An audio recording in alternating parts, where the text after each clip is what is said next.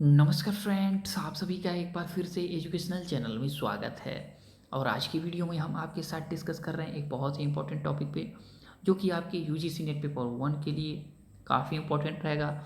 और ये टॉपिक आपके पेपर वन के यूनिट 4 के कम्युनिकेशन यानी कि संचार के अंतर्गत आने वाला टॉपिक है। और ये टॉपिक है आपका समूह संचार यानी कि ग्रुप कम्युनिकेशन। ठीक है, आज की वीडियो का टॉपिक है ग्रुप कम्युनिकेशन। तो हम बता दें कि आज की वीडियो में हम बहुत ही बेहतर आपको टेक्स्ट प्रोवाइड कर रहे हैं। अगर आप टेक्स्ट को सिर्फ रीड कर लेंगे, या हम जो आज की वीडियो में जो डिस्क्राइब करेंगे, जो रीड करेंगे टेक्स्ट को, अगर आप बेहतर तरीके से थोड़ा सा लिसन करेंगे तो 100% इससे जुड़ा हुआ क्वेश्चन एग्जाम में आप रॉन्ग नहीं करेंगे। तो आज की वीडियो में जो टेक्स्ट है ना, इतना बेहतर है कि मुझे एक्सप्लेन करने की कोई ज़रूरत ही नहीं है। खुद ही टेक्स्ट इतना पावरफुल है कि वो खुद एक्सप्लेन कर रहा है कि ये ग्रुप कम्युनिकेशन जो है वो क्या है, ग्रुप क्या है। हर चीज़ें यहाँ पे क्लियर हो जाएंगी आज की वीडियो में। आज की वीडियो में तो हम देखिए आपके लिए हम एक सपोर्टर, एक फैसिलिटेटर की तरह ही आपके साथ रहेंगे, क्योंकि मुझे नहीं लगता है कि कुछ बहुत ज़्यादा इसमें मुझे कुछ करने की ज़रूरत है। 100% आप लोग आगे जैसे ही टेक्स्ट देखेंगे तो 100% आपको हर चीज़ें समझ में आ जाएंगी। तो सबसे पहले हम बता दें कि देखिए ग्रुप कम्युनिकेशन जब होता है, ठीक है, तो ये ग्रुप कम्युनिकेशन कब होता है? तो देखिए 3 से ज़्यादा लोगों के समूह जब होते हैं और उनका एक कॉमन गोल होता है सभी लोगों का। ठीक है, कॉमन गोल होता है, लक्ष्य होता है, और उस लक्ष्य के प्राप्ति के लिए जो वो संचार करते हैं ना, तो वही संचार यहाँ पे समूह संचार कहलाता है। ठीक है, तो याद रखिएगा जो हमने ये चीज़ बताई, और आगे इससे जुड़ी हुई चीज़ें जो हैं, चलिए हम आपके साथ डिस्कस करते हैं।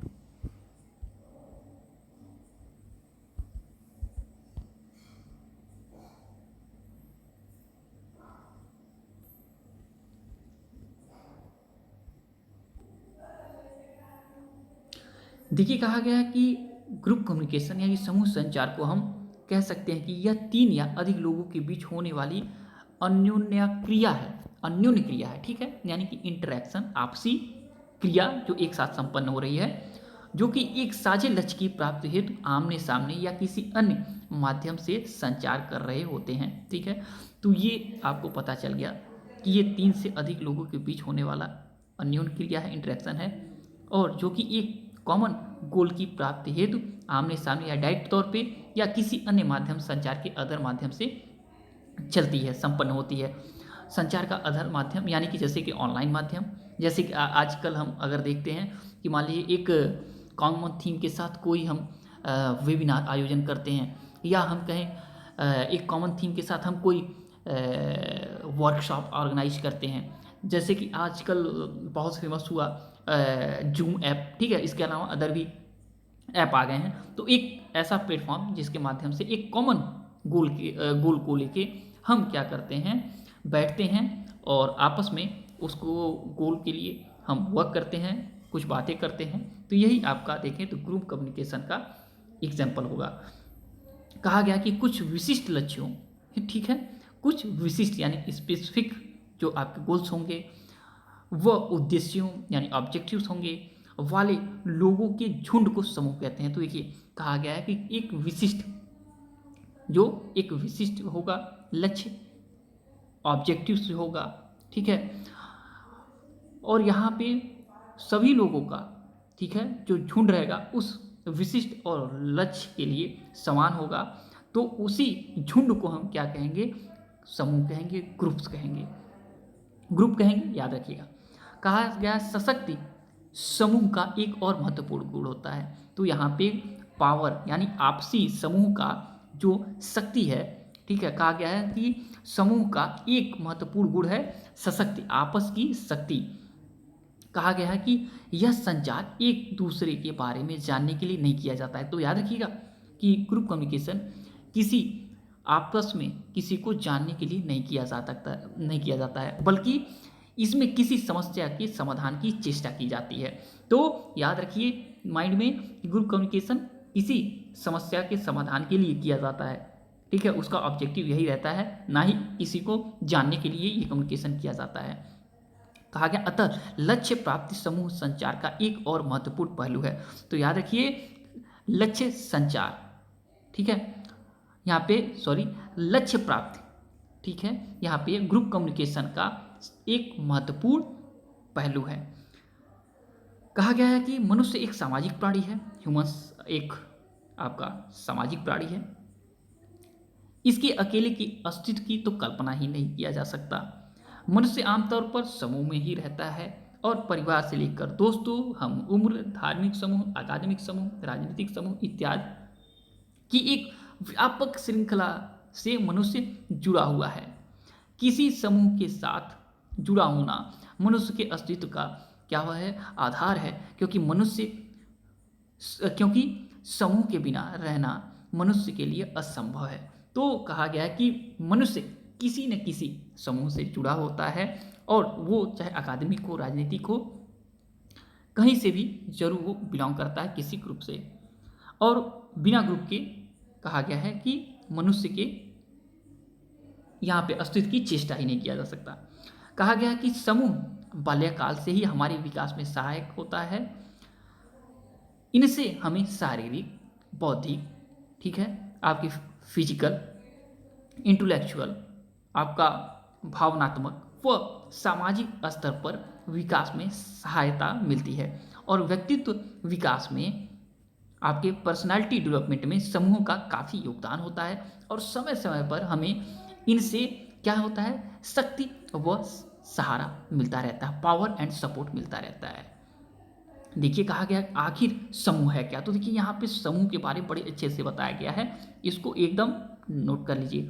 देखिए कहा गया है ग्रुप क्या है, किसी एक साझे, एक कॉमन गोल की प्राप्ति के लिए जब कई लोग, ठीक है, 3 से ज़्यादा लोग एक दूसरे के साथ इंटरेक्शन करते हैं और एक दूसरे के अस्तित्व का सम्मान करते हैं, सम्मान करते हुए उन्हें अपने स्तर पर ही मानते हैं, तब समूह की रचना होती है। देखिए समूह की रचना कब होती है, जब हम समूह के सदस्य आपस में क्या होते हैं, एक दूसरे के अस्तित्व का सम्मान करते हैं और फिर उसको एक ही स्तर पर मानते हैं, ना ही कि किसी को नीचा किसी के ऊपर, ठीक है, अपने समान मानते हैं। तभी क्या होता है, एक समूह का क्रिएशन होता है, एक ग्रुप्स का क्रिएशन होता है। देखिए कहा गया उदाहरण के लिए सिनेमा हॉल के बाहर टिकट के लिए एकत्रित भीड़ को हम समूह नहीं कह सकते। तो याद रखिएगा कहीं पे अगर आप भीड़ देखते हैं ना तो उसको ग्रुप आप नहीं कह सकते, क्योंकि जब तक उस भीड़ का ऑब्जेक्टिव्स एंड गोल एक नहीं होगा, ठीक है, तब तक उसको हम ग्रुप नहीं कहेंगे। देखिए यहाँ पे एग्जाम्पल बहुत अच्छा दिया गया है कि सिनेमा हॉल के बाहर अगर टिकट खरीदती हुई जो एकत्रित भीड़ है उसको हम ग्रुप नहीं कहेंगे। क्यों? यह तक उन लोगों का उद्देश्य जो होता है कॉमन नहीं होता है, उन्हें टिकट हासिल करने और फिल्म देखनी है, लेकिन समूह न मानने के पीछे अवधारणा कॉन्सेप्ट ये है कि उद्देश्य की प्राप्ति के लिए वे लोग जो होते हैं वे सामूहिक रूप से प्रयास नहीं कर रहे होते हैं, यानी कि हर व्यक्ति अपने आधार पे अपने सीट के जैसा उनका सीट का डिमांड हो उस आधार पे वो अपने टिकट के लिए प्रयास करते हैं, ना ही यहाँ पे एक साथ सभी लोग एक उद्देश्य की प्राप्ति के लिए, मतलब एक जैसे सीट के प्राप्ति के लिए या एक जगह बैठने के लिए, ठीक है, टिकट के लिए यहाँ पे जुड़े होते हैं। यानी अदर फिल्म्स के लिए लोग वहाँ पे टिकट विंडो पे जुटे होते हैं, ना ही सिर्फ एक मूवी के लिए। देखिए कहा गया है साथ ही इन लोगों का एक दूसरे से कोई लेना देना भी नहीं होता है और आपस में अन्योन्य क्रिया का भी अभाव होता है, आपस में इन लोग का कोई इंटरेक्शन भी नहीं होता है, वो लोग यहाँ पे एक नए तौर पे ही मिलते हैं, ठीक है। देखिए लेकिन कहा गया है कि जैसे ही टिकट लाइन में कोई बाहर से घुस जाता है, कुछ घुसपैठिया आ जाता है और डायरेक्ट क्या होता है लाइन को क्रैक करके और कहता है नहीं ये मेरा सबसे पहला नंबर है और मैं टिकट सबसे पहले लूँगा, यानी कि मैं जहाँ से मतलब खड़ा होता हूँ, जहाँ खड़ा होता हूँ लाइन वहीं से लग जाती है, डायलॉग फिल्म का है ना, ये वाली चीज़ें कि कोई आके डायरेक्ट लगता है टिकट लेने, उस समय क्या होता है, भीड़ क्या होती है उस समय ग्रुप में बदल जाती है, क्योंकि एक ही लक्ष्य हो जाता है भीड़ का कि इस घुसपैठिए को हटाना है, ये जो संसा है इनको यहाँ से लाइन से हटाना है। उस समय भीड़ का ऑब्जेक्टिव जो होता है ना, गोल जो होता है ना, एक हो जाता है। उस समय ये जो भीड़ होती है ना, ये ग्रुप में बदल जाती है। तो यही है, याद रखिएगा, जब तक एक लक्ष्य नहीं होगा तब तक वहाँ पे ग्रुप नहीं होगा। अब देखिए कहा गया समूह के प्रकार। अब ग्रुप के टाइप पे भी बातें हो जाए। कहा गया आकार के आधार पे, ठीक है, समूह एक बहुत छोटे भी हो सकते हैं, स्मॉल होते हैं, मध्यम होते हैं और बड़े हो सकते हैं। लेकिन कहा गया है इस अध्याय में हम सिर्फ छोटे समूह की ही बात करेंगे, ठीक है। तो छोटे समूह की यहाँ पे बात किया जा रहा है। बड़े समूह और आपका मध्यम समूह सुनियोजित होते हैं, ठीक है, यानी कि फॉर्मल होते हैं, कहा गया है सिस्टमेटिक होते हैं। और छोटे समूह के 3 से 7 सदस्य होते हैं। कहा गया है कि जो छोटे समूह होते हैं उसमें 3 से 7 सदस्य होते हैं, पार्टिसिपेट करते हैं 3 से 7 पीपुल्स। और ऐसे समूह अनौपचारिक होते हैं, इनफॉर्मल होते हैं, वो बड़े समूह की तुलना में काफ़ी सुनियोजित होते हैं। और बड़े समूह औपचारिक प्रकृति के होते हैं, जो बड़े समूह होते हैं फॉर्मल ज़्यादा होते हैं। और ऐसे समूह में प्रतिभागियों को अपनी बात रखने के ज़्यादा अवसर मिलते हैं, किसमें, छोटे समूह में, क्योंकि अनौपचारिक होते हैं। और साथ ही इनका प्रबंधन भी ईजी होता है, क्योंकि कम लोग होते हैं तो यहाँ पे सबको बात करने का समय भी मिलता है और इसका प्रबंधन आसानी से हो जाता है, मैनेजमेंट आसानी से हो जाता है। आगे कहा गया कि निर्णय लेने, ठीक है, डिसीजन लेने या किसी काम को पूरा करने में यह समूह काफ़ी कारगर सिद्ध होता है, कि हालांकि इन्हें किसी औपचारिक परिभाषा में नहीं बांधा जा सकता। कहा गया सदस्यों की संख्या का भी कोई बहुत सख्त नियम नहीं होता। कहा गया क्रियात्मक आधार पर छोटे समूह के 2 प्रकार सामने आते हैं। तो देखिए स्मॉल ग्रुप्स के, ठीक है, क्रियात्मक अगर देखें प्रकार 2 होते हैं। पहला आपका प्राथमिक समूह, सेकंड होता है चर्चा समूह, ठीक है, आपका प्राइमरी ग्रुप एंड आपका डिस्कशन ग्रुप। अब चलिए primary group and discussion group को समझते हैं। देखिए कहा गया है कि प्राइमरी समूह बहुत ही अनौपचारिक प्रकृति का होता है, ठीक है। प्राइमरी ग्रुप अनौपचारिक प्रकृति का होता है, इनफॉर्मल होता है। यह आपका समूह सदस्यों के लिए एक तरह से सपोर्ट सिस्टम का काम करता है, जैसे कि पड़ोसियों की बैठक इसका एक अच्छा उदाहरण है, ठीक है। एक सपोर्ट सिस्टम ही ये पैदा करता है आपस में। देखें तो कहा गया प्राथमिक समूह में बातचीत के लिए कोई स्ट्रक्चर यानी संरचना निर्धारित नहीं होती है। समय व सदस्यों के लिए भी कोई बंदिश नहीं होता है। जब कोई आता है, बैठता, समूह का सदस्य बन जाता है, और कभी टाइम नहीं मिला तो वो चल भी जाता है। कहा गया यह काफ़ी लचीला प्रकृति का होता है, फ्लेक्सिबल नेचर का होता है। वहीं दूसरी तरफ अगर चर्चा समूह की बात की जाएगी, ठीक है, याद रखिएगा, जो चर्चा समूह डिस्कशन ग्रुप की बात की जाएगी तो यहाँ पे वो क्या होता है, यहाँ पे फॉर्मल हो जाता है, यहाँ पे वो औपचारिक हो जाता है। इसमें आमने सामने का अन्योन्या क्रिया व नेतृत्व की चारित्रिक विशेषताएं होती हैं, लीडरशिप की, यहाँ पे इंटरेक्शन की व लीडरशिप की जो विशेषताएं होती हैं वो इसमें आ जाती हैं। और हर सदस्य को जवाब देने, प्रतिक्रिया जताने और दूसरे सदस्यों की बात सुनने और अपनी बात कहने के भरपूर मौके प्राप्त होते हैं। तो ये आपका चर्चा समूह हो गया। तो देख लीजिए डिफरेंट क्या है दोनों में। प्राथमिक समूह क्या होता है, जैसे आपका आस पड़ोस में, ठीक है, आप लोग बैठते हैं, आस पड़ोस के लोग एक साथ बैठते हैं और वैसे ही कोई बातें चलने लगती हैं, कोई ज़्यादा बोलता है, कोई कम बोलता है। लेकिन जहाँ पे चर्चा समूह होती है वहाँ पे एक फॉर्मल ग्रुप्स हो जाता है वो, और यहाँ पे एक लीडरशिप क्वालिटी भी दिखने लगती है। और सदस्य क्या होता है, सभी लोग किसी मुद्दे को लेके अपनी अपनी बातें रखते हैं एक मुद्दे पे, ठीक, और हर सदस्य को भरपूर मौका यहाँ पे मिलेगा। देखिए आगे कहा गया है कि नेतृत्व इन समूह का प्रमुख गुणधर्म होता है और चर्चा समूह में एक से अधिक नेता हो सकते हैं। देखिए यहाँ पे डिस्कशन ग्रुप की बात की जा रही है। चर्चा समूह में एक से अधिक लीडर हो सकते हैं। नेता जो लीडर होंगे समूह में सशक्ति बनाए रखने में सहायता करते हैं, साथ ही वे अन्योन्य क्रिया को भी एक सकारात्मक दिशा में ले जाने का काम करते हैं। आमतौर पर चर्चा समूह के जो गुणधर्म होते हैं यहाँ पे वो 4 हैं। पहला कि समान भौगोलिक स्थिति, यानी कि इन जो आपका चर्चा समूह होगा उनके समान भौगोलिक स्थिति वाले यहाँ पे होंगे, समान सामाजिक वर्ग के लोग होंगे, ठीक है, समान आर्थिक स्तर, सामाजिक जीवन शैली वाले ही लोग होंगे और समान शैक्षणिक स्तर, यानी कि ये जो आपका ग्रुप डिस्कशन के अंतर्गत हमने कहा स्मॉल ग्रुप के जो टाइप हो गए और स्मॉल ग्रुप के टाइप के अंतर्गत जो आपका आ गया डिस्कशन ग्रुप, उसमें क्या होते हैं, उसमें ये चीज़ें आपकी रहेंगी, यानी कि समान जोग्राफिकल स्थिति के लोग होंगे, समान सामाजिक वर्ग के मतलब सेम सोशल आपकी कैटेगरी के लोग होंगे और समान आर्थिक स्तर या कहें समान जीवन शैली के लोग होंगे और समान जो शैक्षणिक स्तर के लोग इत्यादि होंगे। ये याद रखिए गुणधर्म है। कहा गया कि जैसा कि हम पहले ही चर्चा कर चुके हैं कि समूह के लिए एक समान उद्देश्य होना आवश्यक है और उद्देश्य के प्रकार पर ही समूह की शक्ति, पावर, सशक्तिशीलता इत्यादि निर्भर करता है। कहा गया चर्चा समूह का एक अच्छा उदाहरण डिस्कशन, कहा गया डिस्कशन ग्रुप का एक अच्छा उदाहरण समस्या समाधान समूह है और किसी काम के लिए ऐसे समूह को 4 भागों में विभाजित किया जा सकता है। पहला आपका तथ्य अन्वेषण समूह, ठीक है, फैक्ट एक्सप्लोर ग्रुप कहा जाएगा। सेकंड आपका मूल्यांकन समूह, थर्ड आपका जो आपका है नीति निर्धारक समूह और चौथा आपका लागू करवाने वाला दल। तो यहाँ पे क्या आ गया, यहाँ पे 4 भागों में विभाजित किया जा सकता है किसको, ग्रुप आपके डिस्कशन ग्रुप को। और यहाँ पे वो होगा आपका तथ्य अन्वेषण समूह यानी फैक्ट डिस्कवरी समूह आपका हो गया, आपका इवेल्युएशन ग्रुप हो गया, नीति निर्धारक आपका ग्रुप हो गया और लागू करवाने वाला दल हो गया। कहा गया कि हालांकि हर समूह में इस प्रकार का विभाजन हो यह जरूरी नहीं है, आवश्यक ही नहीं है। समूह के सदस्यों की संख्या व आवश्यकताओं पर ही निर्भर करता है।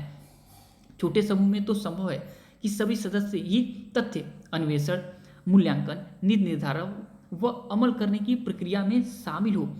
चर्चा समूह खुला या बंद दोनों ही प्रकार का हो सकता है। बंद यानी कि निजी चर्चा समूह में किसी बाहरी सदस्य का प्रवेश नहीं हो सकता है, जबकि सार्वजनिक रूप से खुले समूह में श्रोताओं को आने की अनुमति होती है, अदर श्रोताओं की आने की अनुमति होती है। तो याद रखिए एग्जाम में पूछ दिया जाए कि चर्चा समूह में खुला या बंद प्रकार के जो समूह हैं उनका क्या यहाँ पे विशिष्टता होगी, तो आप जरूर ये लाइन याद रखिएगा, आप समझाइएगा। देखिए कहा गया एक खुला चर्चा समूह जिसमें कुछ विशेषज्ञ किसी मुद्दे पर श्रोताओं के समक्ष विचार जाहिर करते हैं, क्या कहते हैं, उसे पैनल कहा जाता है। तो याद रखिए एक खुला चर्चा समूह जिसमें कुछ विशेषज्ञ, ठीक है, सब्जेक्ट से जुड़े स्कॉलर्स हैं, विशेषज्ञ हैं, किसी मुद्दे पर श्रोताओं के समक्ष विचार जाहिर करते हैं तो उसे पैनल कहा जाता है। तो पैनल किसे कहा जाता है, याद रखिए किसी यानी कि कुछ विशेषज्ञ किसी मुद्दे पर श्रोताओं के समूह जो लिसनर हैं, ठीक है, उनके सामने अपने विचार जाहिर करते हैं तो उसे पैनल कहा जाता है। और कुछ विशेषज्ञ एक के बाद एक अपने विचार जब प्रकट करते हैं तो उन्हें क्या कहा जाता है, विचार गोष्ठी कहा जाता है।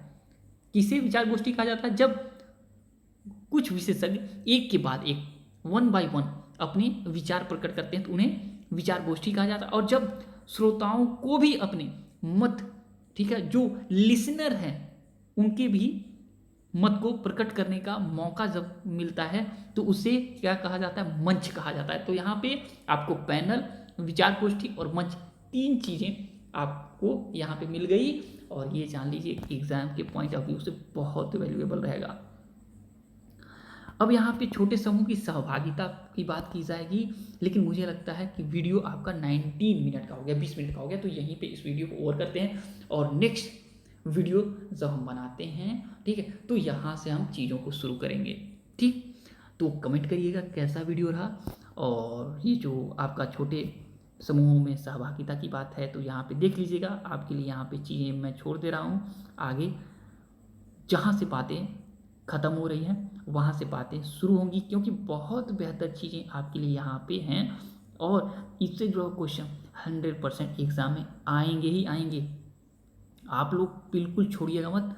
और चलिए, जब तक कि नेक्स्ट वीडियो आपका नहीं लाते हैं तब तक के लिए thanks for watching educational channel, और आपका दिन बहुत बहुत शुभ हो।